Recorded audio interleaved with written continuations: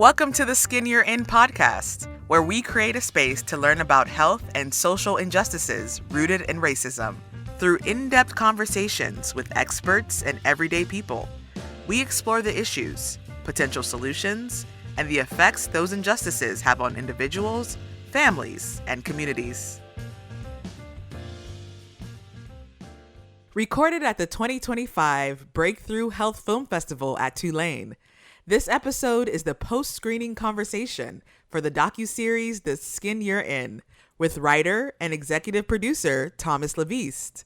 The film explores why Black Americans in the United States experience poorer health outcomes and shorter lifespans compared to other ethnic groups. The docuseries specifically highlights Brownsville in Brooklyn, New York, LaVeist's childhood neighborhood. Moderated by Gian Smith, poet, performer, and festival director for the Black Film Festival of New Orleans. This conversation delves into the making of the film and examines the intricate intersections of history, policy, and personal narratives that shape health outcomes today. Hello, how are you? I am Gian Smith, the festival director for the Black Film Festival of New Orleans, and I am pleased to welcome Dr. Thomas LaVeist, creator of this film. Let's give a round of applause to Dr. Thomas LaVeist. Thank you. Hello, yes, okay. Okay, so I have some questions and then we'll open it up to the audience. I'd like to actually start with the filmmaking. First of all, number one, congratulations. Always tell filmmakers congratulations on completing a project, because I know that's a big undertaking, especially for someone who does not consider themselves a filmmaker. So can I ask first, what prompted you to choose film as your medium of expression? Yeah, so the story behind that is, I was out at dinner with a friend of mine, and first, no offense to the academics in the room, but my friends tend not to be academics, sorry. And so we was out at dinner. This is a friend of mine who's in the music industry. We were out at dinner, and we generally don't talk about work. We would talk about, football and women or whatever, but we generally don't talk about our work too much. But this night, he just kept asking me questions. He said, I know you're a professor, but what does that mean? What do you do? And I have little dodges that I use when people start asking me those questions, and I usually give them a quick answer and try to change the topic, get back to football or whatever. And I used up he kept asking, and so I was totally out of my dodges. And he said, no, but really, what do you do? And then I said, okay, he really wants to know. I got to give him something. So I said, all right, I'm writing a book. And he said, oh, okay, that's interesting, a book. What is it about? I said, well, we've been doing all this research over the last 30, 40 years around why racial disparities in health exist. And we got some answers, but it's all locked away in the library. And if you don't have access to that library and know how to read those articles, you won't know. There's a lot of people in communities who could benefit from that knowledge. And I want to get that knowledge out of the library and into the hands of people who can make a difference. So I'm writing a book. It's not an academic book. It's to the general public. And I don't care if the university library never buys it. I want the general public, community activists, people who are working in communities to get this information. And he looked at me and said, well, that's cool, but that's not a book. You need to make a film. And I said, well, I don't know how to make a film. I don't know how to write a book, so I'm going to write a book. But that stuck with me, right? And so the next morning, I'm meeting with the development team, the fundraising team at the university I was at that time, which was Johns Hopkins. And they were prepping me to go up to New York to meet with a donor, to help raise money for the university. And so she says, well, what are you working on? You got anything that you think this donor might be interested in? And I said, I'm going to make a documentary film.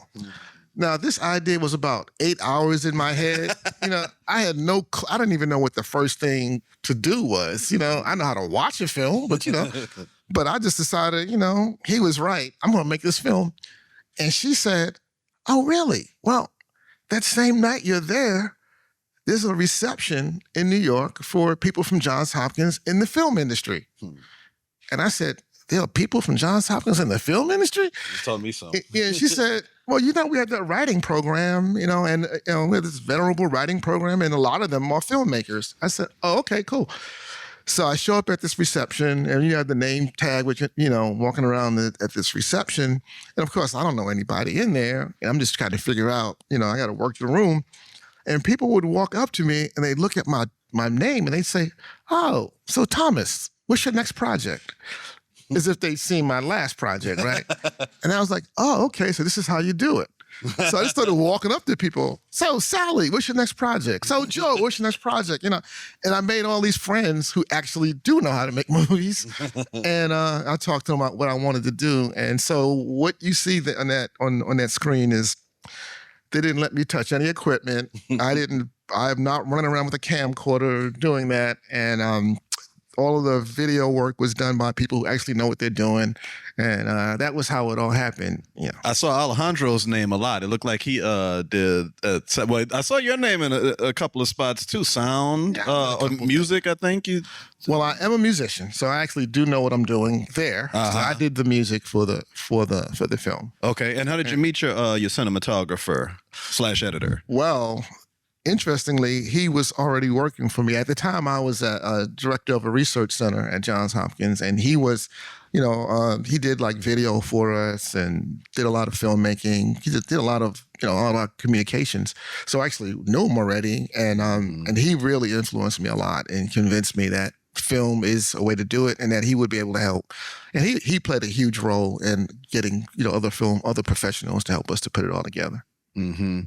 And usually I'll ask a filmmaker about what's next for them, but from the beginning of this, I could tell what was next, episode 2. So what's the likelihood that this becomes a complete docuseries? How far are we into that process? Well, it depends how much I can raise. And so we raised the money to make this episode. I decided, well, we're going to just focus on this one, get it out there. We have 5 more episodes that are planned, and if we can raise the money, we'll do that. And if otherwise, we'll put this one film out, and I do have another project after that. Okay. You a filmmaker? No, that's. Look, welcome. I guess so. And again, really, really great job on the film. Such a great collection of brilliant scholars who delivered some really poignant analogies that really resonated with me. Just hearing every day a Southwest Airlines plane crashes and everybody on board dies day after day after day. Like that really, kind of sent the message home about how our community is being affected in these ways. These relationships that you got for the film, you had these already. Like, how did you meet some of the people that you decided to? These were some of my friends, professional friends from all over the years that I worked with. David Williams, who made that quote. He and I were schoolmates at school, and Alvin Poussaint is just somebody I like to, whenever I'm in Boston, I just like to pop in on him because he's always got something interesting to say. And, just people that I've known professionally. Mm-hmm. Yeah. I want to talk about some of the things that we talked about in the film, some of the racial issues, things that, I've kind of been picking up on as I get older, but, they really become clear. Like watching this film, stress, the effects of stress on people. And, I feel like that's probably something that we don't really intuitively think about as like a direct path to some of these poor outcomes. Was there anything for you that you found out during the making of this film that was a surprise? Any information, any knowledge that came to you? That's an interesting question. It was a lot of things that came to me that I didn't expect. But, I guess the overall project was somewhat of a surprise because, it didn't occur to me, and I've been doing this kind of work, this academic work around these topics for a long time. And it never occurred to me to even think about the neighborhood that I grew up in.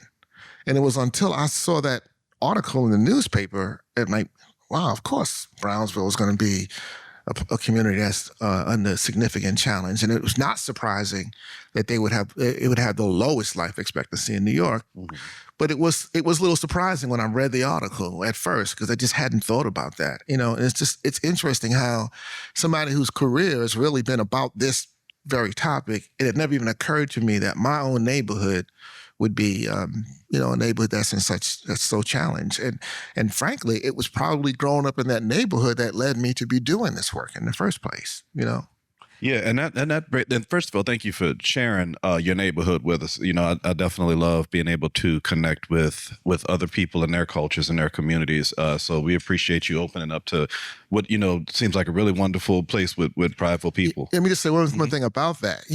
I hadn't lived there in a long time, and I had no idea how they would respond to me coming back. But as you can see, people would just. I was embraced like, long lost relative who had been gone, who just came back home to visit. They let me into their homes. Some of those scenes are shot. There's one scene where, Tay Mack is talking about the police and what happened when he went to the store for his grandmother.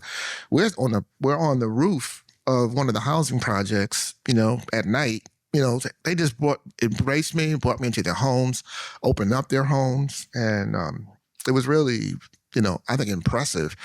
The other thing is just how much brilliance there is. There is a difference between intelligence and education. The people in Brownsville are not necessarily the best educated people, but they are as brilliant and intelligent as any student at this university and anyone else that I've met anywhere else. And if you listen to the two young men that we featured, I think that comes through. They are absolutely aware and understand what's happening to their community, what's happening to them.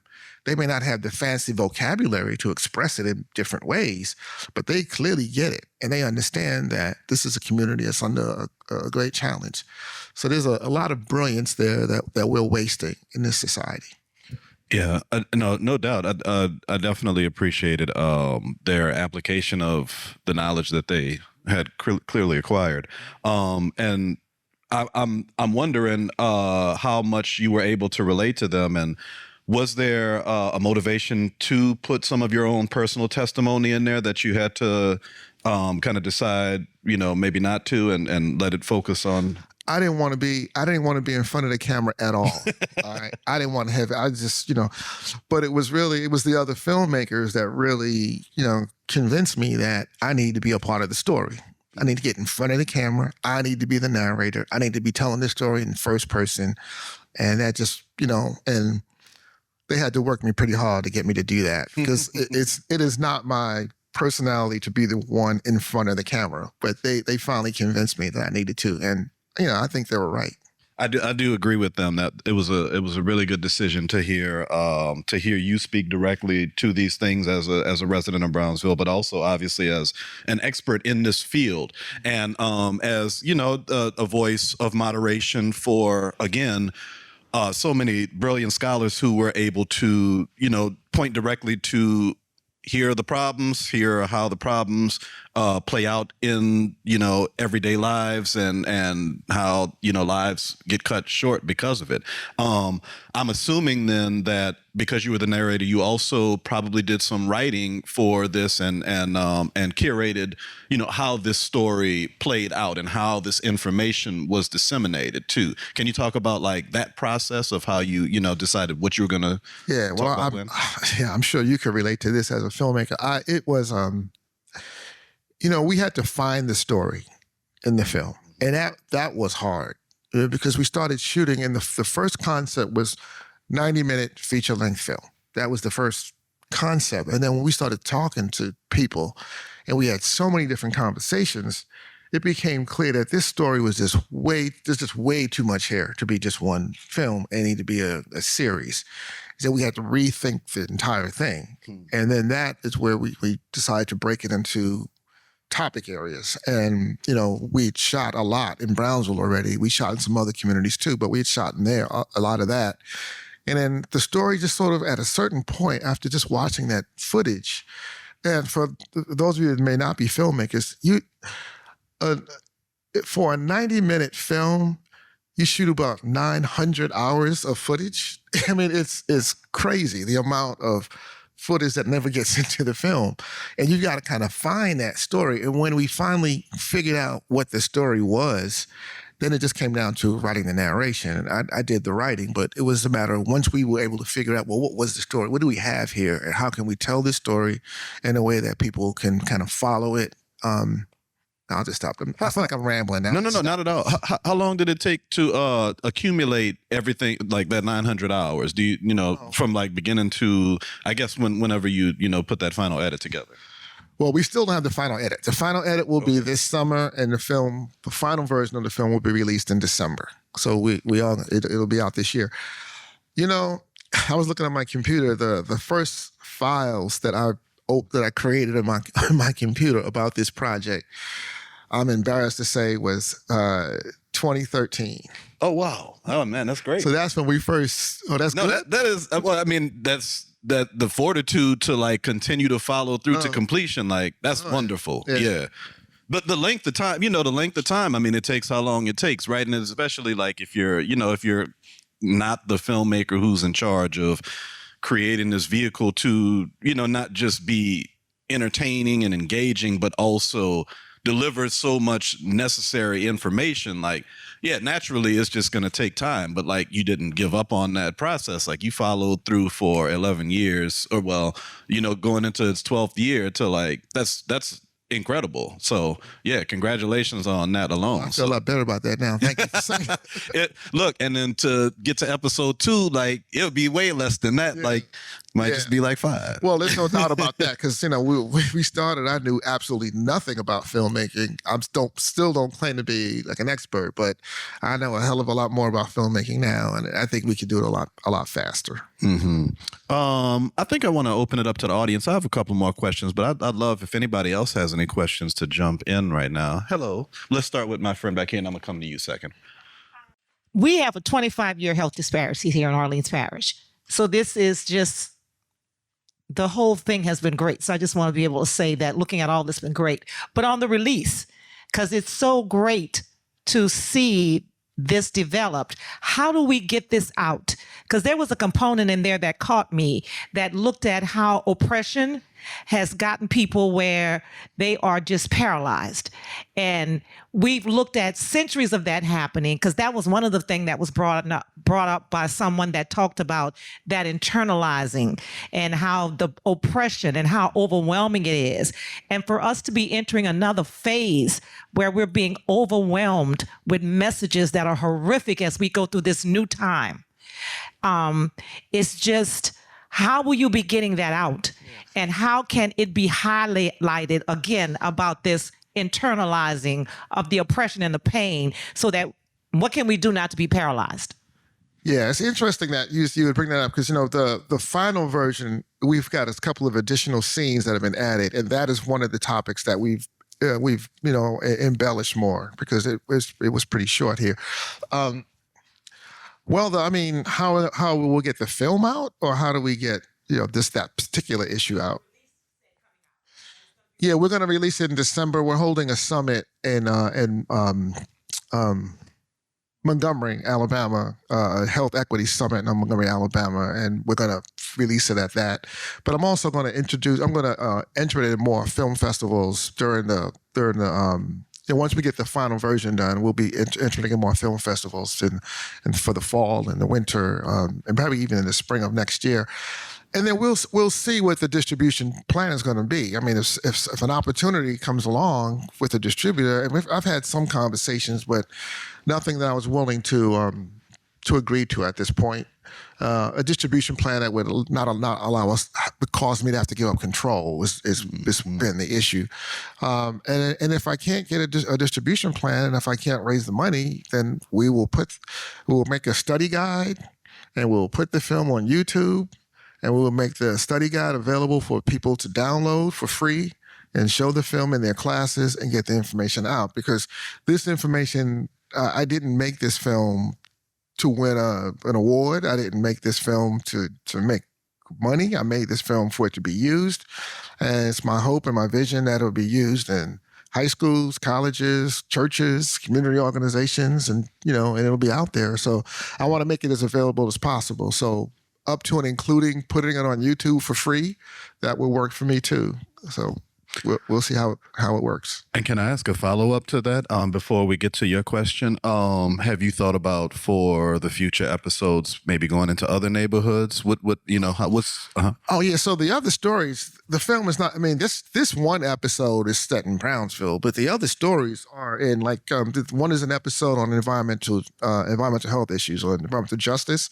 And we shot a lot of that already in Newport News, Virginia, where there's a community pretty much surrounded by environmental hazards, and that episode is going to be about Newport News and New Orleans and what happened here in New Orleans around Pontchartrain Park. So that episode would be there. So each episode is in a different community and approaching a different aspect of health inequities. Nice. Yes, I wanted to ask you the naturalness of the actors. I'm assuming these weren't trained actors, but how did you get that? Where it seemed like they were just talking and very much communicating and conveying the ideas in a way that seemed like they were professional actors. Well, they weren't acting. They were authentically being themselves. That's what we told people, to be themselves. And that's what we wanted. And so Alejandro Arango found those two young men. Mm-hmm. And there was a scene where you see that I'm on FaceTime, and he was in the neighborhood. He had found them, and he was so excited. He called me up and said, "I got him. I think we found the people to help us tell this story." And he called me up, and that's what you saw. We're talking, and he was shooting that. But those two guys were just made to order, and two absolutely brilliant young men, neither of whom are well educated, but both of them are brilliant and have a very nuanced and sophisticated understanding of what's happening in their community and why. I'll jump in and ask another question. If anybody else, I'll look to you for a second. When I think about like strategy, about trying to resolve an issue, then I think the first thing I might think about is, who is my opponent? And clearly the opponents in this are systems that have, again, since, the laws allowed you to district however you wanted people to do to, put us in these positions that have carried forth. Who are the opponents today that you have identified that we can directly speak to, and what are their arguments that if they have any intellectual way to continue to put these systems at odds against us? Well, you mean the opponents to addressing health equity? I guess that would be, there are people who would prefer to use resources differently, right? They have different priorities, and they realize that addressing health equity will cost, right, money and resources, and they'd rather see those resources to be used on something else. Mm-hmm. And there are some people who would prefer to ignore that the problem exists. We're under challenge now to even use the word health equity, something that I'm not agreeing to capitulate to. So there are people who simply don't see the importance of it, or who feel that anything we do to address a problem like this would be devoting resources to one group, and that one group doesn't deserve or shouldn't have those resources. So I think it's a matter of will and getting people to understand that the interconnectedness of everyone who lives in this country, on this planet, requires that if we don't raise the boat for everyone, that we'll continue to have suboptimal outcomes for everyone. So I think getting that message across to people is the problem. Mm-hmm. So when I think about health equity, what does that mean? Health equity to me is ensuring that we have a population healthy enough to have a military that can protect the country. It means having a population of workers that's healthy enough to fuel an economy. It means having a community that's healthy enough to have parents who are able to raise their children. We can go on and on and on. All of that is health equity in my mind, but it's people who don't see it that way, who see that as giving resources to, groups that don't deserve those resources. It's the opponent is a mentality that we have to try to combat. Mm-hmm. And then just a question about that and towards resolutions, as an individual, what could I do to combat that? How can I take on this opponent? Like, what would you recommend to just a person who, agrees with you on this problem and wants to take action? What's a good step that we could do? Well, I think making that point that, if we put resources into improving the conditions in one neighborhood to raise the health status of that neighborhood, that doesn't mean that we're doing harm to other neighborhoods, right? Because there's a spillover. All right, to use some public health terminology, pathogens don't care about your political views. They don't care about your religious views. They don't care about your values. The pathogen is going to go where it's going to go. It's going to do what it does. And the pathogen's sole purpose of existence is to replicate, right? So if you have measles and you're sitting this close to me, I'm at risk of being exposed to measles. It doesn't matter whether I believe in a vaccine or not. The virus doesn't care. The virus sees me as another host, and it's going to come into my body and it's going to impact me. So I think it's getting people to understand these sorts of concepts. And dialogue. That ain't necessarily easy, but that's what we have to do. Yeah. More questions from the audience? Anybody? Hi. Hi, Dr. LaVeist. I was wondering about, so you first mentioned that you were filming this, and I believe, 2013? So it's been some years since you filmed. Well, I said the first file on my computer was opened in 2013, but it doesn't mean we started filming in 2013. Got it. Okay. But I'm assuming it's been some years since from filming to this release. And it sounds like the other episodes are also already, like you already have the footage for that. Some of them. Okay. And so my question is, do you anticipate there being, like, are the issues that you're covering, are they still going to be timely? Are they still going to be relevant? Are the communities still going to be facing these same problems? Are the problems going to be worse? Are they going to be better? Just what do you think of that? Yeah. Well, the sad thing is that these issues have been with us for as long as we've had the ability to collect data to document these issues. So I have no reason to believe that environmental justice will not be an issue 10 years from now, 15 years from now. I mean, I hope I'm wrong about that. I hope that we do things now that will make that possible, but I don't see where that's happening.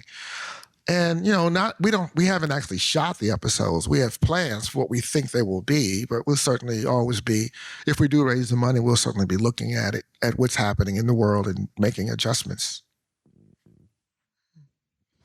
I like that system. If anybody else has a question, you can tap in. I'll jump in real quick again, and I want to ask, did you write the book? Oh, no, you must have talked to my editor. All right. My book editor is on me. I have a contract. I do have a contract for the book, but the problem is when I signed that contract, I was a professor. And then shortly after signing that contract, I became a department chair. And then after 2 years as a department chair, I became a dean. And being an administrator in higher education is not conducive to writing books. And that's been the problem. And especially not when you're making movies. That's not lost on my editor either, who I happened to run into at a conference. Didn't expect to see him. And because I've been dodging him, but we're gonna get this book done. I'm gonna get it done. Can you hear me? Yeah. Okay, so my question is, I know this is happening in poor communities and Black people and across the world.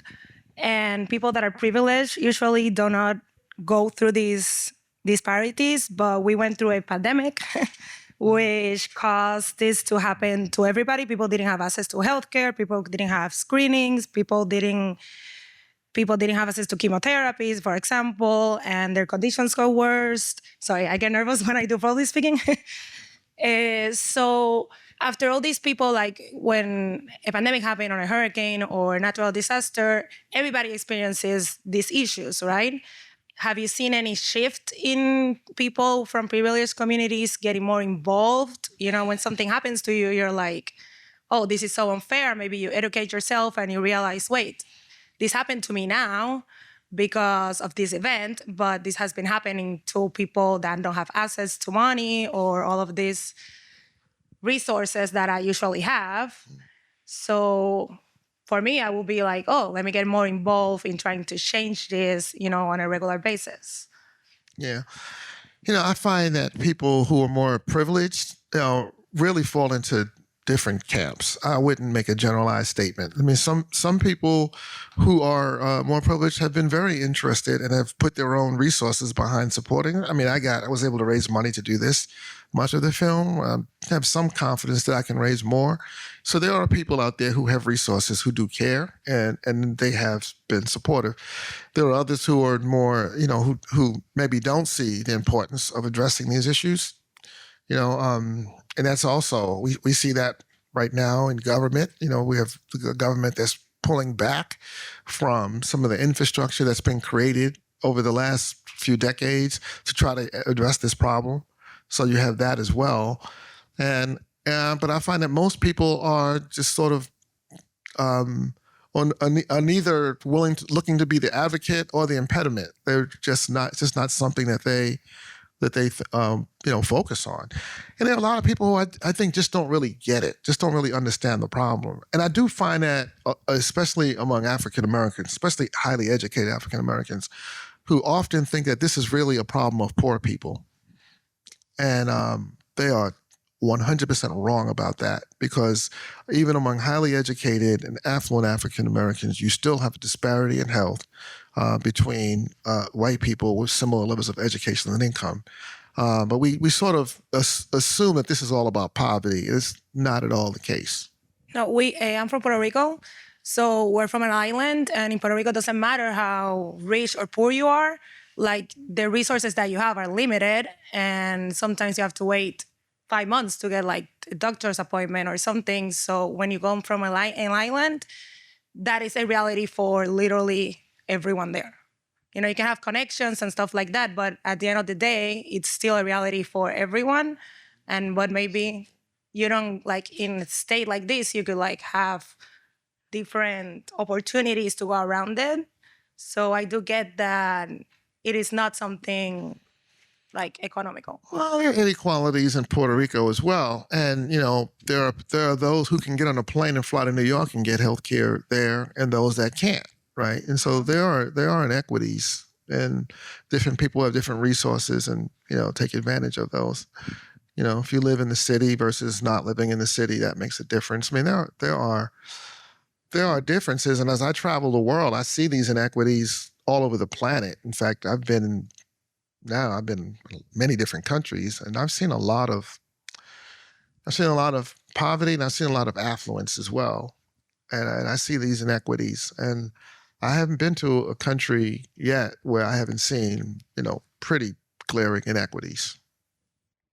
I think we had another question from a friend up here. I wanted to ask, you said earlier in this conversation, it's not about money, it's not about awards, not about fame, it's about getting this message out.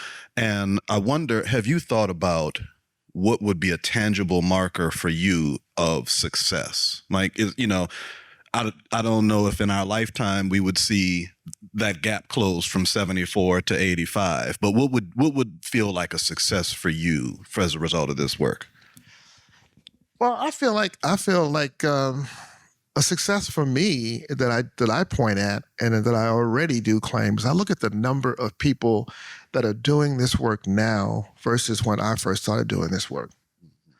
And when I learned that these disparities existed, it was like the mid 80s, mid early 80s is when I really started cluing into this issue, and decided that I was going to direct my career to that topic. And when we started doing that work, we didn't even have the vocabulary we have to describe the problem. We wouldn't, figure out how to even talk about it, at that stage. But when you look at what we have now, where we are now, we didn't have textbooks to teach about this in class. We now have that. We didn't have agencies that fund these topics. I see an infrastructure that's grown up, and mostly what I'm mostly what gives me the most pleasure is to see the number of scholars that have come behind, junior researchers, people, and even students that are interested in this topic. That I know that there are generations coming up behind me that's going to stand on our shoulders and take this to another level. And I already see a lot of people doing that kind of work. So that is what keeps me encouraged. Yeah, I appreciate it was two of the women scholars in particular who they seem to be speaking to the same 3 points of racism: the internalized, personal, and the internal. Personal, like acted on, personally and mediated, personally and internalized mediated. racism. So Kamara Jones and Deborah Holden, who both of them are former students of mine.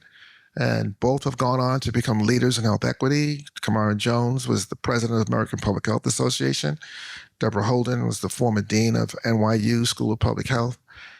That's what I look at, and I say, yeah, we're succeeding. It's going to take time, and it's not likely that we'll get to a point of equity in my lifetime.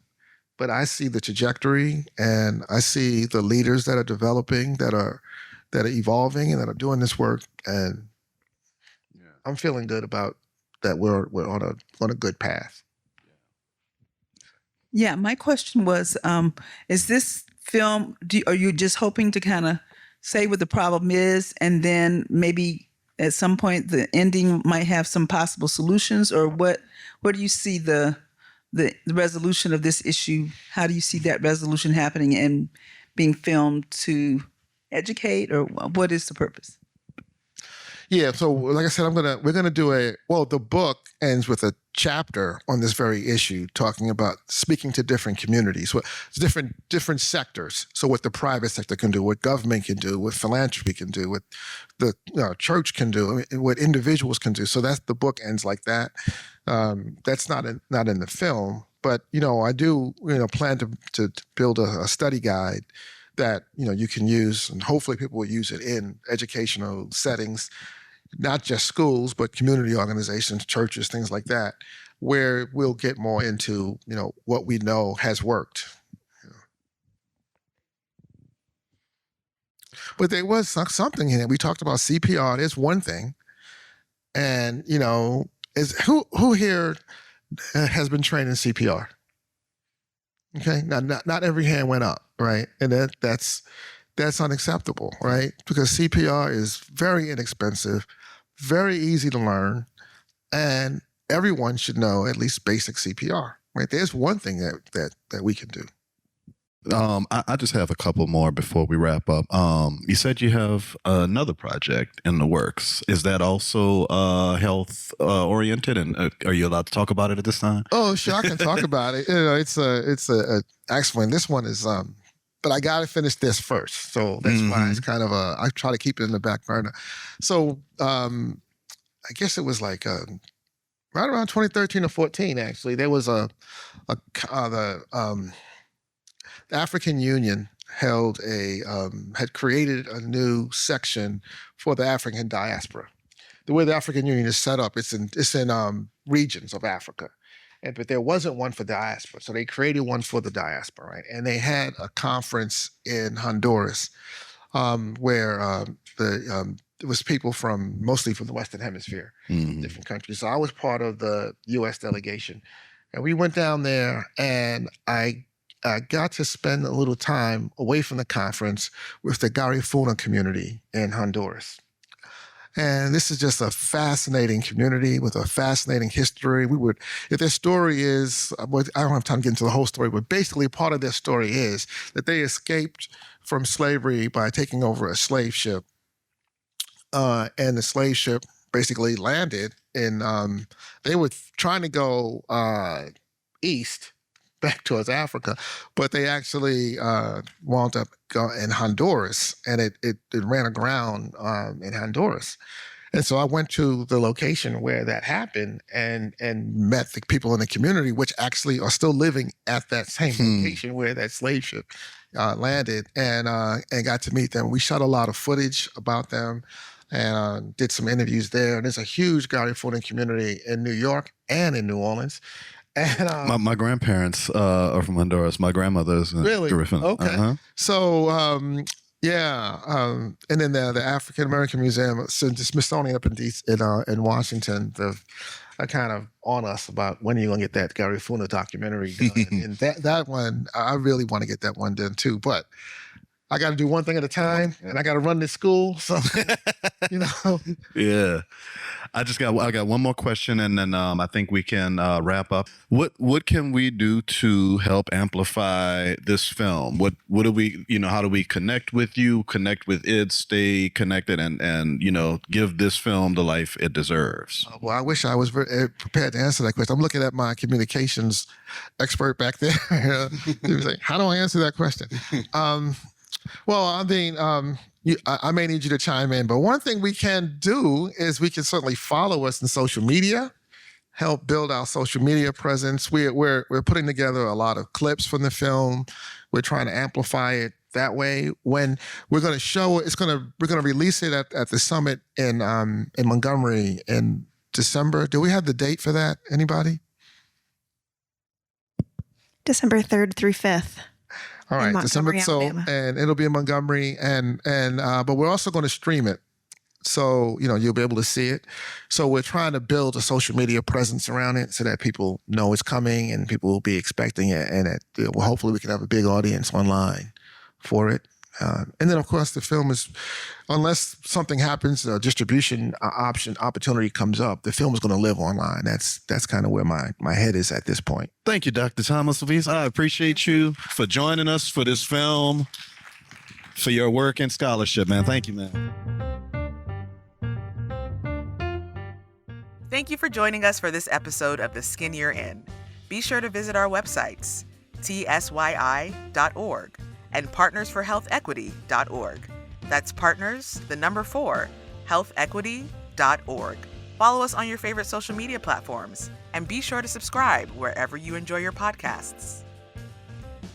This podcast is brought to you by Partners for Advancing Health Equity, which is led by Tulane University's Celia Scott Weatherhead School of Public Health and Tropical Medicine, is part of the Tulane Health Equity Institute, and is supported by a grant from the Robert Wood Johnson Foundation. Until next time.